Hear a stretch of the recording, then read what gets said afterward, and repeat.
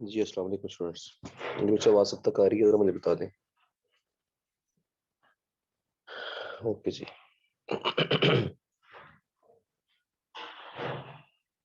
Okay students, कम है आज। बहरहाल जी, और लेक्चर शुरू करते हैं। और मैंने टॉपिक शुरू किया था उस दिन, photo electric effect I think, तो उसी को हमने कंटिन्यू करना है।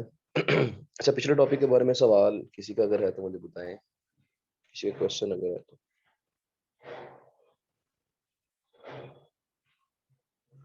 जी, एनी क्वेश्चन?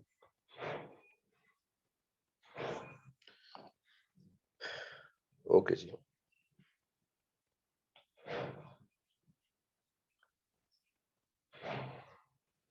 चलें जी, तो देखते हैं। टॉपिक हमारे पास है जी फोटो इलेक्ट्रिक इफेक्ट। इसको देखा था हमने उस दिन। हमने तारीफ पढ़ ली थी कि the emission of electrons from a metal surface when it is exposed to a light of some suitable frequency is called the photoelectric effect। ठीक है जी। और सुटेबल फ्रिक्वेंसी से मुराद क्या था, मैंने आपको काफी डिटेल से समझाने की कोशिश की थी कि खास फ्रिक्वेंसी अगर होगी तो फिर ही इलेक्ट्रॉन्स बाहर आएंगे, वरना इलेक्ट्रॉन्स बाहर नहीं आएंगे। और जो मैंने सारी जो बातें पढ़ी थी उसका मैंने खुलासा आपको 3 पॉइंट्स में बताया था। वो 3 पॉइंट्स मैंने आपसे कहा था, चाहे इसे उर्दू में नोट कर लें। वो 3 पॉइंट्स क्या थे कि किसी मेटल सरफेस में से इलेक्ट्रॉन्स बाहर आएंगे या नहीं आएंगे, ये डिसाइड करना है फ्रीक्वेंसी ऑफ किसी नेट लाइट में। ठीक है जी। और किसी मेटल सरफेस में से कितने इलेक्ट्रॉन्स बाहर आएंगे, तो वो डिसाइड करना है इंटेंसिटी ऑफ लाइट में। और किसी मेटल सरफेस में से कितनी एनर्जी के साथ इलेक्ट्रॉन बाहर आएंगे, वो डिसाइड करना है हमारे पास फ्रीक्वेंसी ऑफ द लाइट। तो फ्रीक्वेंसी ऑफ लाइट जो है वो एनर्जी को डिसाइड करती है, और जो इंटेंसिटी ऑफ लाइट है वो तादाद को डिसाइड करती है कि कितने तादाद में इलेक्ट्रॉन्स बाहर आने हैं। तो अगर इलेक्ट्रॉन की तादाद कंट्रोल कर रही है इंटेंसिटी ऑफ लाइट, तो that means intensity of light current को भी कंट्रोल करेगी, क्योंकि जितनी इंटेंसिटी ज्यादा होगी ज्यादा इलेक्ट्रॉन्स बाहर आएंगे, ज्यादा करंट होगा। इंटेंसिटी कम होगी, कम इलेक्ट्रॉन्स बाहर आएंगे, करंट की वैल्यू भी कम हो जाएगी। अच्छा, अब हमने क्या किया भाई, अब हमने जरा सा ये 2 ग्राफ्स मैंने आपसे कहा था, ये हम सीख लेते हैं। बाकी जो बातें चंद एक मिसिंग तो बातें अगर होंगी इंशाल्लाह रीडिंग के दौरान उसे कवर कर देंगे। अच्छा, अब देखिए इस ग्राफ में हमने क्या किया है। अब देखिए उसने इसका ग्राफ में जो उसने इसका कैप्शन दिया है वो क्या है कि characteristic curves of photo current versus applied voltage for two intensities of monochromatic light. अच्छा जी, एक ही कलर की लाइट है। मोनोक्रोमेटिक लाइट मतलब एक ही कलर की लाइट है। उस एक कलर की लाइट की हमने दो डिफरेंट इंटेंसिटीज यूज की है। पहले जो लाइट हमने गिराई, अच्छा यहाँ पे ना ये है कि मोनोक्रोमेटिक लाइट का मतलब ये है कि कलर एक ही है। कलर एक ही होने का मतलब क्या है कि फ्रीक्वेंसी सेम है। तो यहाँ मैं लिख देता हूँ आपको साथ, यहाँ पे ताकि याद रहे आपको कि यहाँ frequency is equal to constant. ठीक है जी। फ्रीक्वेंसी कांस्टेंट है, लेकिन इंटेंसिटी कांस्टेंट नहीं है। इंटेंसिटी दो लाइटें यूज की है हमने, एक लाइट की इंटेंसिटी कम है और दूसरी लाइट की इंटेंसिटी क्या है, ज्यादा है। तो जब मैंने इंटेंसिटी I1 वाली जो लाइट है, जब मैंने इसको गिराया और गिरा के मैंने करंट को नोट किया, वोल्टेज बढ़ाते जा रहे हैं और करंट को नोट करते जा रहे हैं, तो ऐसी सूरत में हमें ये ग्राफ हासिल हो गया। ये ग्राफ हासिल हो गया। ठीक है जी। वोल्टेज बढ़ा रहे हैं तो करंट हमारे पास कांस्टेंट। लेकिन ग्राफ का हॉरिजॉन्टल रहना इस बात की निशानी है कि वोल्टेज, जब पॉजिटिव वोल्टेज को बढ़ाया जा रहा है तो हमारे पास ये जो वोल्टेज बढ़ते जा रहे हैं, लेकिन इस सारे प्रोसेस में करंट की वैल्यू कांस्टेंट रह रही है, उसमें कोई इजाफा या कमी नहीं हो रही। जरा आसान सुन ले, फिर उसके बाद शुरू करते हैं।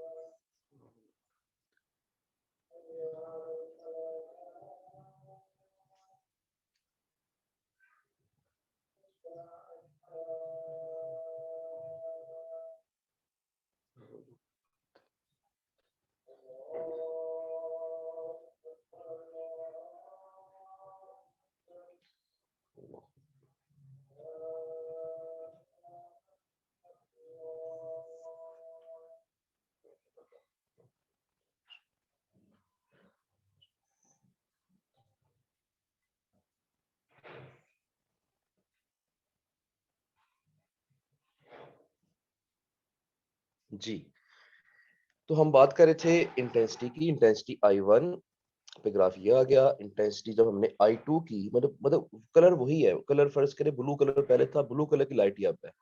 लेकिन पहले उस ब्लू कलर के 1 सेकंड में 100 फोटोन टकरा रहे थे, अब 1 सेकंड में हजार फोटोन टकरा रहे हैं, लेट्स सपोज, या 200 फोटोन टकरा रहे हैं। अब देखिए, जब इंटेंसिटी बढ़ाई, नंबर ऑफ फोटोन, इंटेंसिटी बढ़ाने का मतलब क्या है, मैं बार बार बता रहा हूँ कि नंबर ऑफ फोटोन्स बढ़ाए हैं हमने। नंबर ऑफ फोटोन्स बढ़ाएंगे तो यहाँ पे करंट की वैल्यू, इलेक्ट्रॉन्स की वैल्यू बढ़ जाएगी, जिससे करंट की वैल्यू में भी इजाफा हो जाएगा। तो I1 इंटेंसिटी पे ये करंट था और I2 इंटेंसिटी में हमारे पास ये करंट आ गया। इसका मतलब हमें वही समझ आ गया कि जो उसने बताया भी था आपको कि इंटेंसिटी बढ़ाने से करंट की वैल्यू बढ़ जाती है। ये बात समझ आ गई। अच्छा, अब जरा ये जो ग्राफ पीछे वाला, ये जो इशारा है ना, इसको मैं भी एक्सप्लेन करता हूँ इंशाल्लाह आपके सामने। लेकिन जरा पहले फ्रीक्वेंसी की डिपेंडेंस जरा देख लेंगे, फ्रीक्वेंसी क्या कहती है। देखिए, अब हमने क्या किया जी, इस ग्राफ के अंदर हमने ये काम किया है कि कहता है characteristic curves of photo current versus applied voltage. यहाँ भी करंट वर्सेस वोल्टेज ग्राफ है for light of different frequencies. अब हमने फ्रीक्वेंसी डिफरेंस इस्तेमाल की है। तो यहाँ पे इसका मतलब ये है कि मेरे पास अगर दो कलर्स यूज कर लें, मतलब कि एक हमारे पास रेड कलर है, दूसरा हमारे पास ब्लू कलर है, तो F1 और F2 हमारे पास ये दो फ्रीक्वेंसीज हैं। लेकिन यहाँ पे काम की बात, पता की बात ये है कि यहाँ पे इंटेंसिटी हमारे पास कांस्टेंट है। इस केस में I is equal to constant, यानी अगर 1 सेकंड में 100 फोटोन टकरा रहे हैं ब्लू कलर की लाइट के, तो 100 ही फोटोन टकराएंगे रेड कलर की लाइट के।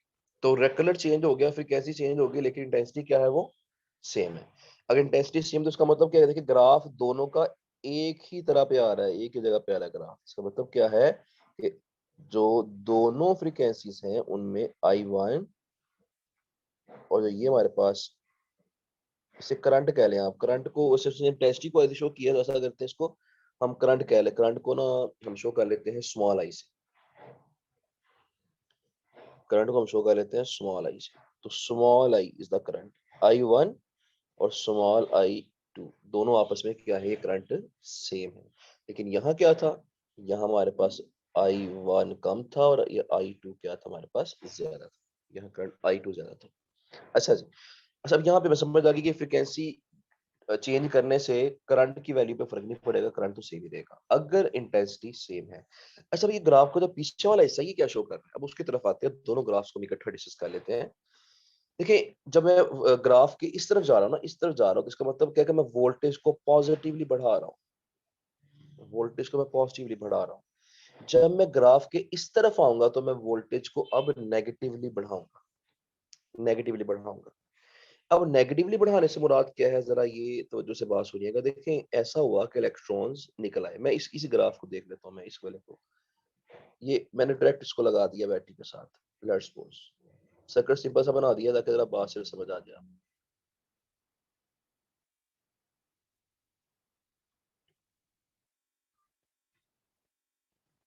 लो जी, ये मैंने बैटरी यहाँ पे लगानी है, तो बैटरी भी लगा देते हैं यहाँ पे ऐसे करके।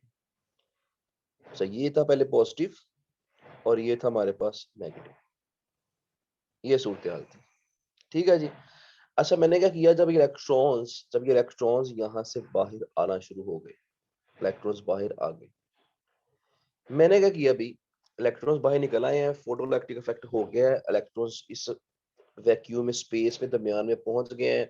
अभी एनोड इन्हें अट्रैक्ट कर ही रहा था कि मैंने क्या किया, मैंने ऐसा काम किया कि मैंने इस बैटरी की जो पोलैरिटी है उसे उल्टा दिया, मैंने इसको नेगेटिव कर दिया और इसको मैंने पॉजिटिव कर दिया, उल्टा दी बैटरी में। अब जब ये नेगेटिव हो जाएगा तो मुझे बताएं, अब ये जो एनोड था अब ये एनोड नहीं रहेगा, क्योंकि अब इस पे नेगेटिव चार्ज आ गया। और जब इस पे नेगेटिव चार्ज आएगा तो बजाय ये इलेक्ट्रॉन्स को अट्रैक्ट करने के, ये इलेक्ट्रॉन्स को रिपेल करना शुरू कर देगा। जब ये इलेक्ट्रॉन को रिपेल करना शुरू कर देगा तो क्या ये इलेक्ट्रॉन्स अब इस एनोड तक पहुंच पाएंगे? तो इसका आंसर है कि पहुंच भी सकते हैं और नहीं भी पहुंच सकते। वो किस पे डिपेंड करेगा? वो डिपेंड करेगा इन निकलने वाले इलेक्ट्रॉन्स की एनर्जी के ऊपर। अगर तो ये नेगेटिव, ये जो एनोड था, जो प्रीवियस एनोड था, पुराना एनोड था ये, लेकिन अब ये एनोड नहीं ये थोड़ा है, फर्ज करें -1 की रिपल्सिव फोर्स लगा रहा है। अब इसके पास कितनी एनर्जी है? फर्ज करें इसके पास 2 एनर्जी है, इसके पास 3 एनर्जी है, इसके पास 4 एनर्जी है, इसके पास 5 एनर्जी है, इसके पास 6 एनर्जी है, इसके पास 7 एनर्जी है।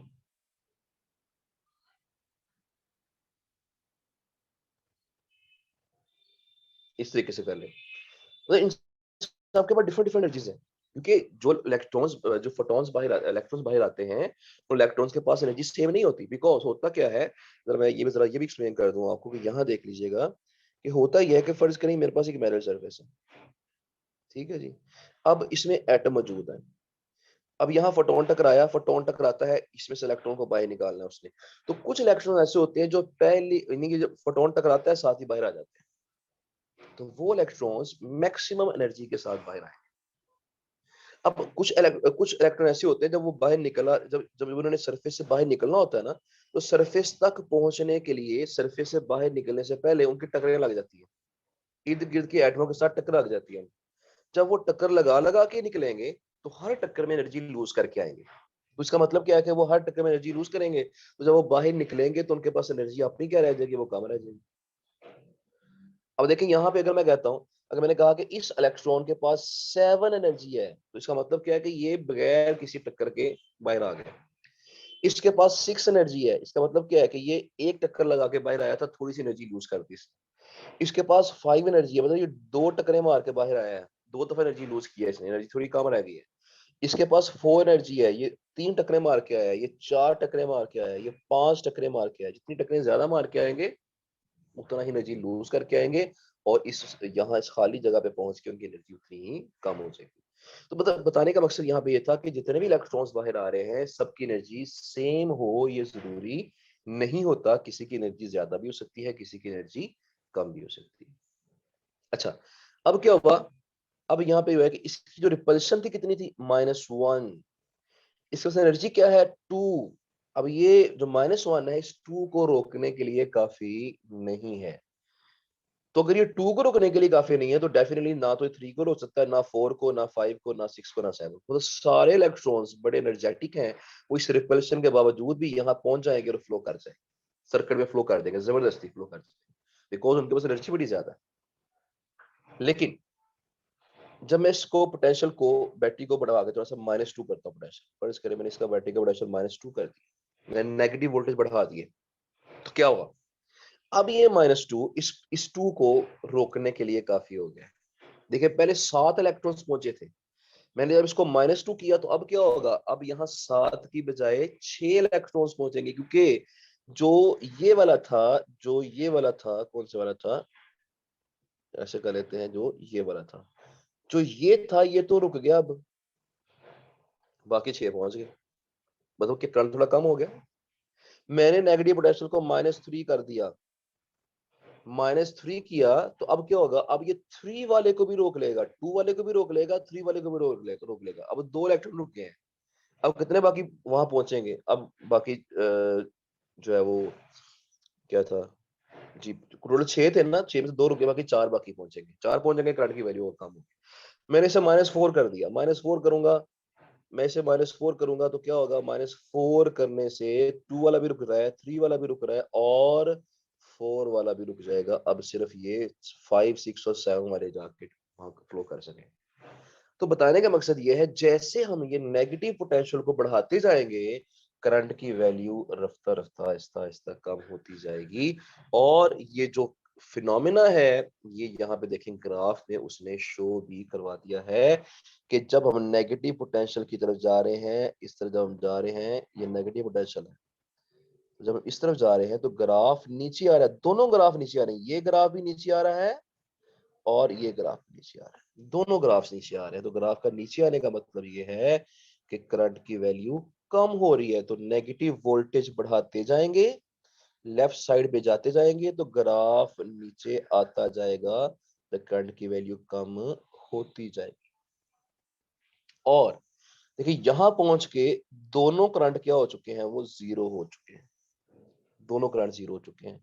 तो जिस पोटेंशियल पे, जिस पोटेंशियल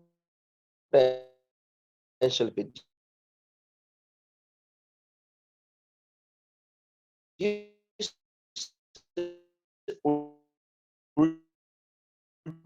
इस पोटेंशियल को स्टॉपिंग पोटेंशियल कर कहा जाएगा, जिसने तमाम इलेक्ट्रॉन्स को स्टॉप कर दिया है, रोक दिया है। This is known as the stopping potential.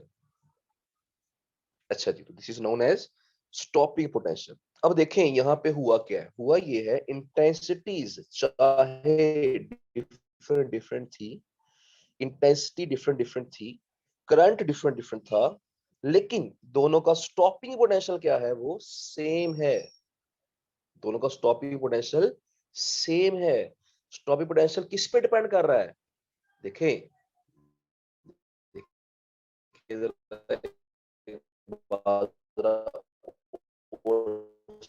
Depend कर, देखिए अगर फर्ज करें इस सरफेस में से मैक्सिमम एनर्जी के साथ जो इलेक्ट्रॉन निकला है वो उसकी वैल्यू क्या थी, 7। ठीक है जी। अगर फर्ज करें एक और सरफेस है, इस सरफेस में से मैक्सिमम एनर्जी के साथ जो इलेक्ट्रॉन निकला है, थोड़ा सा डिले चल रहा है जी, इसमें से जो मैक्सिमम एनर्जी के साथ, इस सरफेस में से जो मैक्सिमम एनर्जी के साथ इलेक्ट्रॉन निकला है, फर्ज करें उसकी वैल्यू 10 है। तो अगर इसको रोकने के लिए -7 स्टॉपिंग पोटेंशियल चाहिए था, इसको रोकने के लिए -10 का स्टॉपिंग पोटेंशियल चाहिए होगा। यानी सरफेस से जो इलेक्ट्रॉन्स निकल रहे हैं, उनकी एनर्जी जितनी ज्यादा होगी, उतना ही हमें स्टॉपिंग पोटेंशियल क्या होगा, वो ज्यादा चाहिए। फ्रीक्वेंसी सेम थी, लिहाजा जो निकलने वाले इलेक्ट्रॉन्स हैं, उनकी मैक्सिमम एनर्जी दोनों केसेस में क्या होगी, वो सेम होगी। मैं ये नहीं कह रहा एनर्जी सेम होगी, एनर्जी हर इलेक्ट्रॉन की डिफरेंट होगी, लेकिन जो मैक्सिमम वैल्यू है वो इंटेंसिटी I1 के लिए भी 10 है और I2 के लिए भी 10 है, क्योंकि कितनी मैक्सिमम कितनी एनर्जी से इलेक्ट्रॉन बाहर आया है वो डिपेंड करता है E is equal to HF। मैंने उसे बताया था आपको, जितनी फ्रीक्वेंसी ज्यादा होगी उतनी ही ज्यादा एनर्जी होगी फोटोन के पास, उतनी ही ज्यादा एनर्जी से इलेक्ट्रॉन वहां से बाहर आ सकेगा। तो किसी सरफेस में से कोई इलेक्ट्रॉन मैक्सिमम कितनी एनर्जी से बाहर आ रहा है वो डिपेंड करता है फ्रीक्वेंसी पे। अब चूंकि इस केस में फ्रीक्वेंसी कांस्टेंट है, लिहाजा दोनों केसेस में, इंटेंसिटी I1 में भी I2 में भी, दोनों केसेस में निकलने वाले इलेक्ट्रॉन्स की जो मैक्सिमम एनर्जी होगी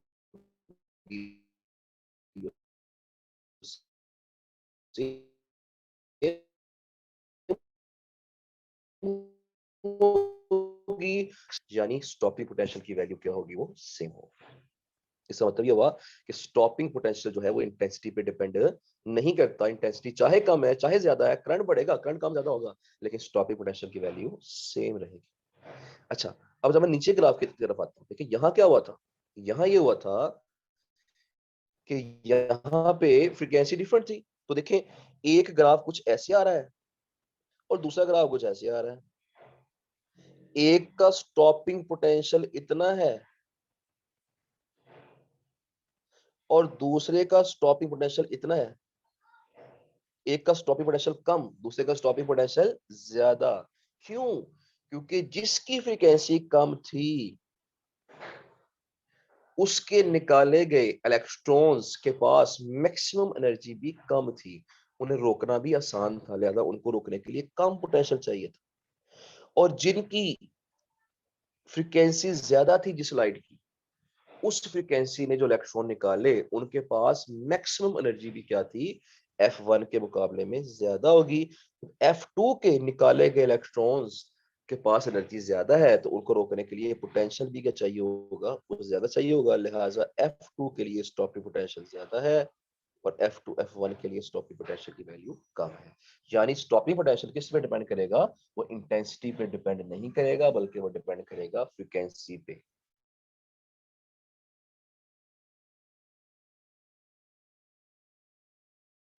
चार बातें आप याद रखें। चार बातें क्या याद रखनी है कि पहली बात मैंने बताई थी कि इलेक्ट्रॉन्स,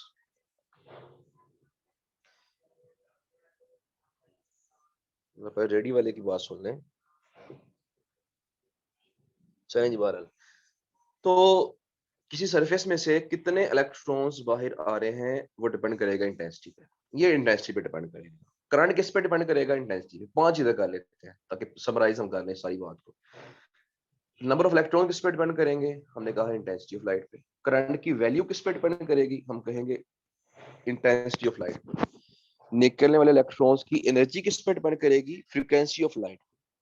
और उनका स्टॉपिंग पोटेंशियल किस पे डिपेंड करेगा, फ्रीक्वेंसी ऑफ लाइट पे। और इलेक्ट्रॉन्स बाहर आ रहे हैं या नहीं आ रहे, ये किस पे डिपेंड करेगा, ये भी फ्रीक्वेंसी पे डिपेंड करेगा। तो ये हमें समझ आ गई कि तीन चीजें फ्रीक्वेंसी पे डिपेंड कर रही हैं और दो चीजें इंटेंसिटी पे डिपेंड कर रही है। मैं एक बार फिर रिपीट कर रहा हूँ ताकि जरा सब बच्चों के ज़हन में ये 5 एमसीक्यूज बैठ जाएं, 5 बातें बैठ जाएं। ये 5 लाइनें 5 एमसीक्यूज हैं। मैंने बताया फोटो इलेक्ट्रॉन्स की तादाद किस पे डिपेंड करेगी, हमने कहा intensity of light. Photo electric current किस पे डिपेंड करेगा, इंटेंसिटी ऑफ लाइट में। इलेक्ट्रॉन्स बाहर आएंगे या नहीं आएंगे, ये कौन डिसाइड करेगा, फ्रीक्वेंसी ऑफ लाइट। कितनी एनर्जी के साथ बाहर आएंगे, कौन डिसाइड करेगा, frequency of light. Stopping potential कितना चाहिए, कौन डिसाइड करेगा, फ्रीक्वेंसी ऑफ लाइट। ठीक है जी, तो ये 5 जो बातें हैं इनको पक्का पक्का जहन में बिठा लें। बाकी इंशाल्लाह मुझे उम्मीद है कि सारी बातें अब क्लियर हो जाएंगी। तो अभी ऐसा करते हैं, एक आध पॉइंट बाकी भी है, लेकिन वो रीडिंग के दौरान इंशाल्लाह इस्तेमाल कर लेते हैं। अच्छा मुझे बताइए, जो मैंने बातें अभी समझाई हैं, ग्राफ समझाए दोनों आपको मैंने, इनमें किसी को अगर मसला कोई है, क्वेश्चन है, तो मुझसे पूछे, फिर हम रीडिंग की तरफ आते हैं और टॉपिक को आज मुकम्मल रीड कर लेते हैं जी। हैंड रेज करना आपने, जिसको कोई बात अगर पूछनी है। अच्छा, अभी मैक्सिमम बच्चे क्लास में वो आ गए हैं, तो मैं एक बात आज बता दूंगा आपको कि रिकॉर्डिंग आज तो मैं कर रहा हूँ, लेकिन नेक्स्ट आगे रिकॉर्डिंग जो है ना मैं नहीं करूंगा। उसकी रीजन ये है कि रिकॉर्डिंग को देख के ना क्लास में बच्चे कम आ रहे होते हैं। तो और मैक्सिमम बच्चों को फिर ये होता है जी ठीक है रिकॉर्डिंग सुन ही लेंगे बाद में। तो क्लास पे अटेंडेंस होगा मुझे, तो जो लाइव जो क्वेश्चन आंसर है, जो लाइव क्लास है, उसकी एक अलग इंपॉर्टेंस है। तो इसलिए सिर्फ उस बात को थोड़ा सा रोकने के लिए अब आज तो रिकॉर्डिंग हो रही है, लेकिन कल के लेक्चर में इंशाल्लाह रिकॉर्डिंग नहीं होगी। कल हम लाइव लेक्चर ही करेंगे जी। एनी क्वेश्चन, कोई क्वेश्चन, कोई मसला मसाइल।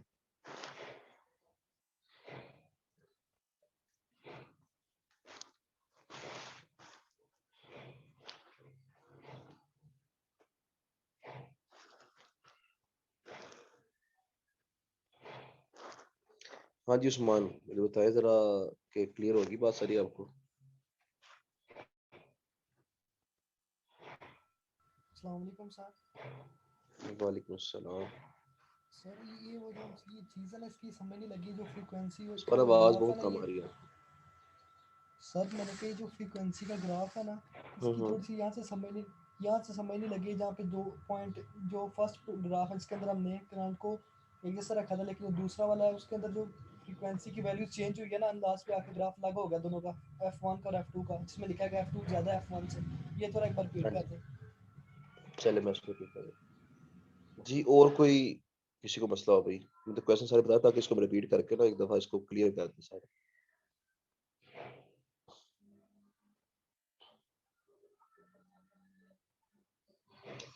चलिए ओके जी, जरा आप ये बात देख लिया, जो फ्रैंकली क्वेश्चन किया करें, क्योंकि क्वेश्चन करने से ही चीजें क्लियर होती है। अगर मसला कोई ना ना मतलब कोई बात समझ ना आ रही हो तो लाजमी क्वेश्चन किया करें। अच्छा जी, तो मैं ये ग्राफ में बता ही रहा था कि देखें, ये बात इसमें इसमें क्या कहा जी, इसमें फ्रीक्वेंसी डिफरेंट है F1 ज्यादा है, सॉरी F1 कम है F2 से, इसी यहाँ से लिखा हुआ देखें। तो F2 ज्यादा है F1 कम है, तो फ्रीक्वेंसी बढ़ने से या कम होने से करंट पे फर्क नहीं पड़ा, तो ये तो करंट तो डिसाइड करना था इंटेंसिटी ने। अच्छा, अब ये जो फ्रीक्वेंसी है इससे क्या फर्क पड़ेगा कि जो कम फ्रीक्वेंसी F1 कम फ्रीक्वेंसी है, तो फर्स्ट करेंगे रेड लाइट। जब मैंने रेड लाइट गिराई मैंने मेटल सरफेस के ऊपर, इलेक्ट्रॉन्स बाहर आए, करंट फ्लो करना शुरू कर गया। ठीक है जी, जब मैंने उसे रोकने की कोशिश की, मैंने उसे उल्टा पोटेंशियल दिया, जो मैंने अभी मिसाल ऊपर सर्किट समझाया था, उल्टा पोटेंशियल दिया, एनोड को मैंने कैथोड बना दिया। उल्टा पोटेंशियल देके मैं बढ़ाता जा रहा हूँ, इतना -1 किया, -2 किया, -3 किया, -4 किया, -5 किया, -6 किया। तो -6 पे आके जितने भी इलेक्ट्रॉन्स निकाले थे रेड लाइट ने, कम फ्रीक्वेंसी वाली लाइट ने, वो सारे के सारे रुक गए। इसका मतलब मैं क्या कहूंगा कि -6 is the stopping potential for this red light. अच्छा, फिर क्या हुआ, फिर मैंने ये एक्सपेरिमेंट बंद किया, अब मैंने ब्लू लाइट गिराई। ब्लू लाइट का मतलब है कि फ्रीक्वेंसी उसकी ज्यादा है। अच्छा, इलेक्ट्रॉन्स बाहर आना शुरू हो गए, करंट की वैल्यू अब भी सेम थी। अगर रेड लाइट के 100 फोटोन ने 100 इलेक्ट्रॉन बाहर निकाले थे, अब ब्लू कलर की लाइट ने भी के 100 फोटोन ने भी 100 इलेक्ट्रॉन्स बाहर निकाले हैं। लेकिन हुआ ये कि जब मैंने इनको रोकने की कोशिश की उल्टा पोटेंशियल देके, तो -1 दिया, -2 दिया, -3, -4, -5, -6, -6 पे आके रेड वाले फोटोन सारे इलेक्ट्रॉन तो रुक गए थे, लेकिन -6 पे आके अभी भी ये ग्राफ इस हाइट पे है। इसका मतलब क्या है कि अभी भी करंट जीरो नहीं हुआ। मैंने -7 किया, -8 किया, -9 किया, -10 किया, -11 जब मैंने किया, तो फिर ग्राफ नीचे आके एक्स एक्सिस को टच कर गया। तो मतलब ये कि ये जो वैल्यू है -11 है, और ये क्या थी, -6 थी। यानी ज्यादा फ्रीक्वेंसी वाली लाइट के निकाले गए इलेक्ट्रॉन्स को रोकने के लिए ज्यादा उल्टा पोटेंशियल चाहिए, और कम फ्रीक्वेंसी वाली लाइट के निकाले गए इलेक्ट्रॉन्स को रोकने के लिए कम उल्टा पोटेंशियल चाहिए। तो यहाँ समझ आए कि जब लाइट की फ्रीक्वेंसी कम होती है तो स्टॉपिंग पोटेंशियल की वैल्यू भी कम हो जाती है, और जब लाइट की इंटेंसिटी ज्यादा होती है तो स्टॉपिंग पोटेंशियल की वैल्यू भी ज्यादा हो जाती है। ठीक है जी, तो ये इसका मकसद था इस ग्राफ का। बस इसकी रीडिंग करते हैं, मैं एंड पे दोबारा पूछ लेता हूँ आपसे ये क्वेश्चन कोई अगर है कि नहीं। आज थोड़ा सा मतलब थोड़ा अर्ली निकला मैंने, तो जरा आज इस सिर्फ इस टॉपिक को ही रीडिंग करके इंशाल्लाह इसको वाइंड अप करके फिर चलेंगे, बाकी फिर कल करेंगे टॉपिक इंशाल्लाह। अच्छा जी, the emission of electrons from metal surface when exposed to a light of suitable frequency is called the photoelectric effect. The emitted electrons are known as the photoelectrons. The photoelectric effect is demonstrated by the apparatus shown in the figure. Apparatus वहां दिखाया गया है। And evacuate का मतलब मैंने कल बता दिया था कि उसमें से हमने हवा निकाल दी है, वैक्यूम क्रिएट कर दिया है। और क्यों किया है मैंने उस दिन बताया था आपको। Glass tube X contains 2 electrodes. इसमें 2 इलेक्ट्रोड्स है। अच्छा जी, दो इसमें इलेक्ट्रोड्स हैं। The electrode A connected to the positive terminal of the battery is known as anode. The electrode C connected to the negative terminal is known as cathode. When monochromatic light, यानी single colour की light is allowed to shine on a cathode, जब उसे cathode पे गिराते हैं, it begins to emit electrons, electrons निकालना शुरू कर देती है। These four electrons are attracted by the positive anode and the resulting current is measured by an ammeter. जो करंट फ्लो करेगा उसे हम एमीटर से मेजर कर लेंगे। The current stops when the light is cut off, light गिराना बंद करेंगे करंट मतलब जीरो हो जाएगा। which proves that the current flows because of incident light. इस बात का सबूत है कि जो करंट फ्लो कर रहा था वो लाइट की वजह से ही फ्लो कर रहा था। अच्छा, this current is hence called the photo electric current. तो ये डेफिनेशन अगर आपको आती है तो ये आप इसमें लिख दें, फोटोइलेक्ट्रिक इफेक्ट बताया, फोटो इलेक्ट्रॉन्स बताए, and the current flowing in this case is known as the photoelectric current. इस तरह ये लाइन आगे लिखी और ये आपका यहाँ तक ये तीनों तारीफें की पैराग्राफ के अंदर इकट्ठी हो जाएंगी। The maximum energy of the photoelectrons can be determined by reversing the connection of the battery in the circuit. हम बैटरी के कनेक्शन को रिवर्स करके एनर्जी मालूम कर सकते हैं कि मैक्सिमम कितनी एनर्जी के साथ जो है इलेक्ट्रॉन्स बाहर आ रहे हैं। ठीक है जी, that is now the anode A is negative and cathode C is at positive. A को नेगेटिव हो जाएगा और कैथोड से पॉजिटिव हो जाएगा। In this condition the photoelectrons are repelled by the anode and the photoelectric current decreases.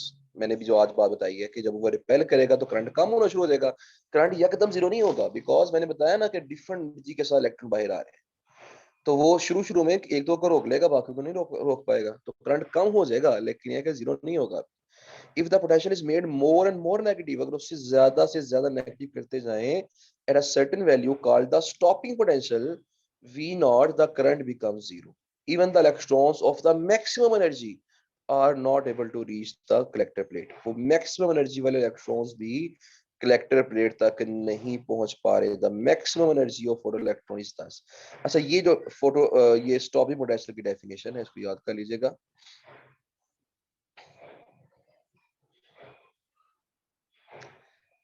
अच्छा, इसमें ये कह लें, इसी तरह हम कर देंगे यहाँ पे कि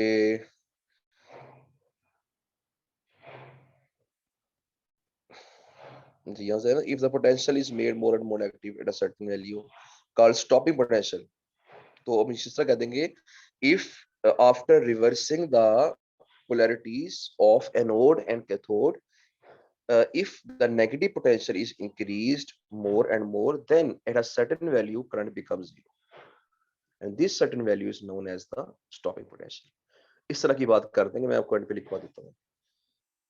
अच्छा, the maximum energy of photoelectron is 10। अच्छा, maximum energy कैसे निकालेंगे? Half mv square is equal to v not into e।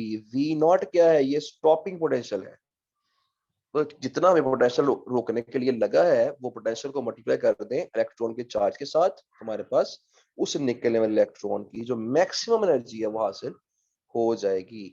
Where m is a mass, v is a velocity, e is a charge on electron. If the experiment is repeated with a light beam of higher intensity, अगर intensity बढ़ा के इसको करें, the amount of current increases, current तो बढ़ जाएगा, but the current stops for the same value v naught, यानी stopping potential की वैल्यू क्या रहेगी? वो सेम ही रहेगी, बिकॉज फ्रीक्वेंसी सेम है।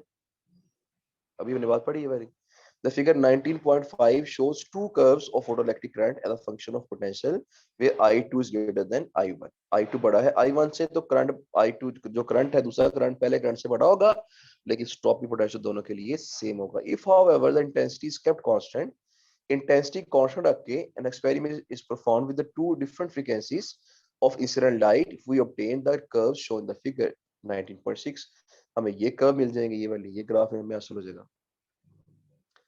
अच्छा जी, कहता जी इसके बाद the current is the same but the stopping potential is different। अब करंट सेम है लेकिन stopping potential different है for each frequency of incident light, which indicates the proportionality of maximum kinetic energy with the frequency of light। तो ये भी याद रखिएगा, एक फैक्टर हमारे पास और आ गया है कि निकलने वाले इलेक्ट्रॉन जो है उनकी जो मैक्सिमम काइनेटिक एनर्जी है, बल्कि मैंने आपको पहले बताई थी बात मैंने ये वाली, उनकी जो मैक्सिमम काइनेटिक एनर्जी है वो किस पे डिपेंड करेगी? वो दरअसल फ्रीक्वेंसी ऑफ लाइट पे डिपेंड करेगी। लो जी, इसके बाद कहता है जी कि the important results of the experiments are the electrons are emitted with different energies. ये उसने सारा समराइज किया उसको।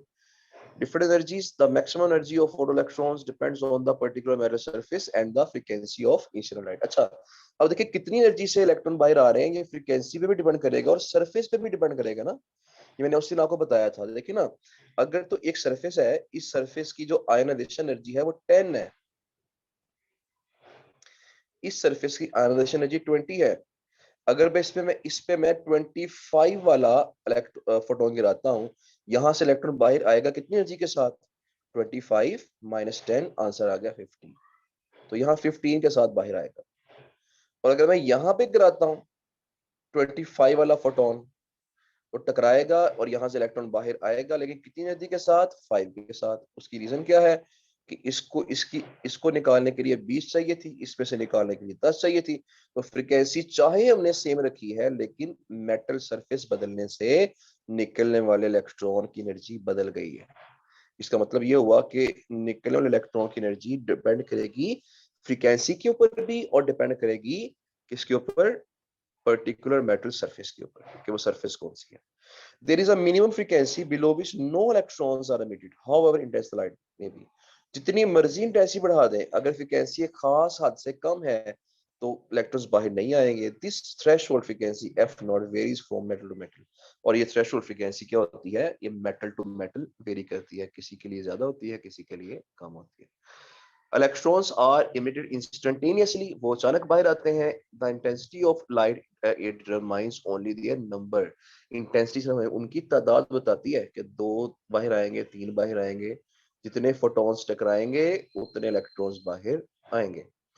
अच्छा जी, these results could not be explained on the basis of electromagnetic wave theory of light. अगर हम देखें ना, हमने ये सारे एक्सपेरिमेंट में क्या किया, क्या कह रहे हैं हम यहाँ पे, फोटोन आ रहा है, फोटोन टकरा रहा है, फोटोन ने इलेक्ट्रॉन बाहर निकाला है, तो हम फोटोन क्या है, पार्टिकल ऑफ कहलाए ना, मतलब पैकेट ऑफ एनर्जी है। तो इस सारे एक्सपेरिमेंट में हम कैसे एक्सप्लेन कर रहे हैं इसको, हम पार्टिकल नेचर के थ्रू एक्सप्लेन कर रहे हैं। अगर हम सिर्फ ये समझ लें कि लाइट वेव है, तो वेव नेचर को मानते हुए, सिर्फ वेव नेचर को मानते हुए इस एक्सपेरिमेंट को एक्सप्लेन करना हमारे लिए पॉसिबल नहीं होगा।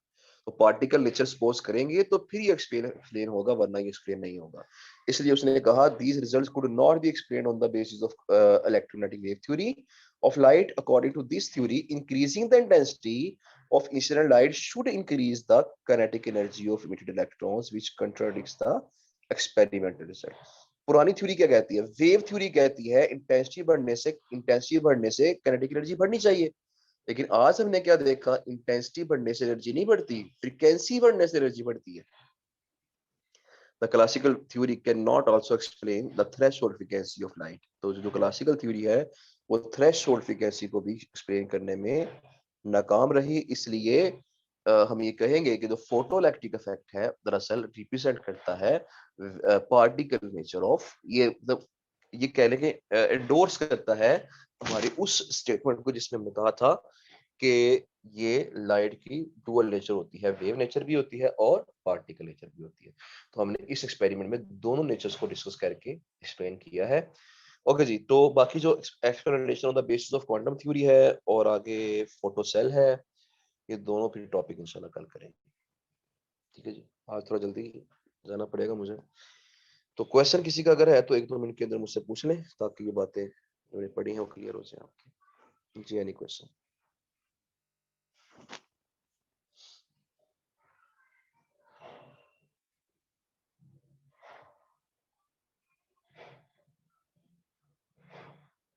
हाँ जी, जहांगीर खान। अस्सलाम वालेकुम सर।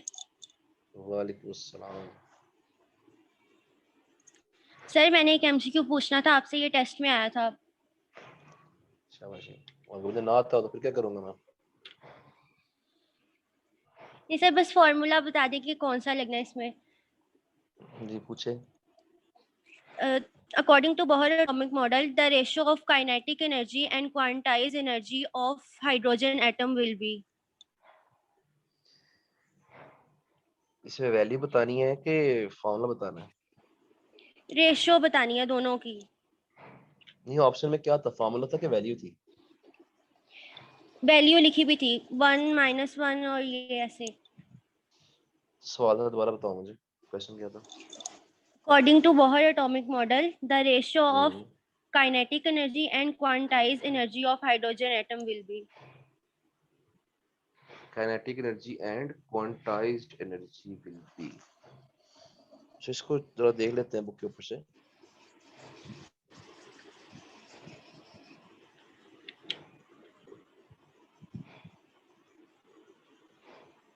अच्छा जी, तो 20 चैप्टर है।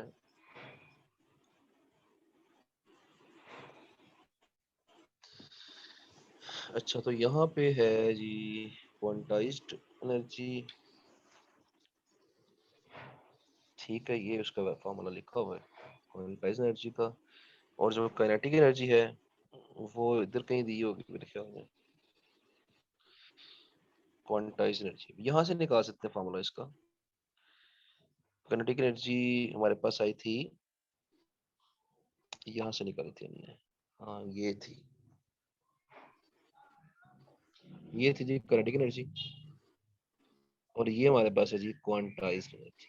तो क्या बोला उसने, काइनेटिक एंड क्वांटाइज्ड?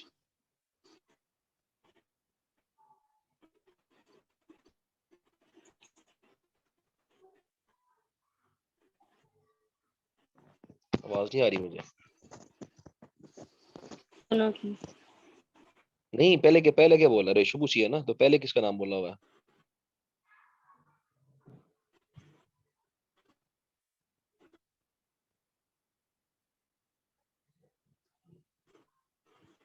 वो बोलो, आवाज नहीं आ रही। दोनों चलो मुझे नहीं आवाज आ रही, मैं वैसे बता देता हूँ। चले, ई एन है ना भी, ई एन ये क्वांटाइज एनर्जी है ओवर काइनेटिक एनर्जी को हम के ही कह लेते हैं। तो यहाँ रेशियो निकालनी है तो सॉल्व कर लें, के स्क्वायर ओवर के ई स्क्वायर ओवर, यहाँ हमारे पास आएगा, सॉरी ऊपर वो आएगी ना वैल्यू। अच्छा जी, तो ई एन में क्या हमारे पास ये वाला फार्मूला है 2 पाई स्क्वायर, बल्कि ऐसा करें यहाँ से ये निकाल, ये ले लें फार्मूला इसका, ये फार्मूला ले लें 2 के स्क्वायर, इसे कर लें यहाँ पे के स्क्वायर ओवर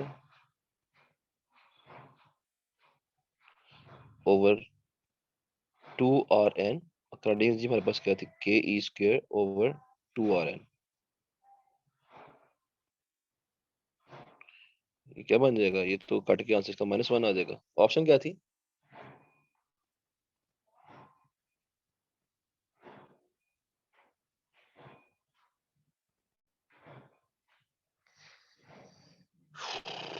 मुझे आवाज नहीं आ रही। ऐसा करें कि अभी ना जरा थोड़ा टाइम कम है आज, तो मुझे ना जरा आप ये सेंड करें लिख के।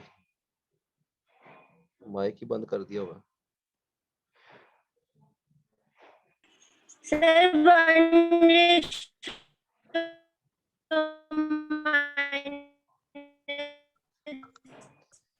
वो आवाज ठीक नहीं आ रही आंसर था आपकी, इसका। नेट का मसला है। सकीना आप बताएं। अस्सलाम वालेकुम सर।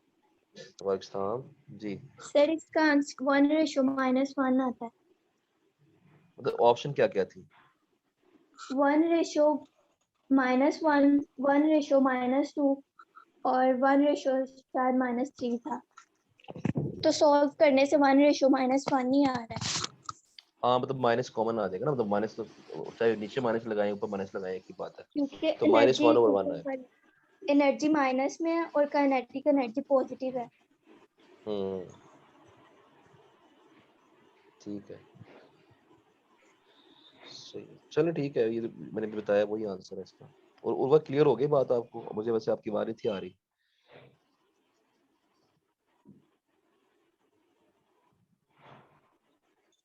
हाँ जी सर, अभी चले, बहुत शुक्रिया आपका। चलिए थैंक जी, यू। बाकी इंशाल्लाह कल करेंगे। Okay, thank you so much. Okay बच्चों, अल्लाह हाफिज।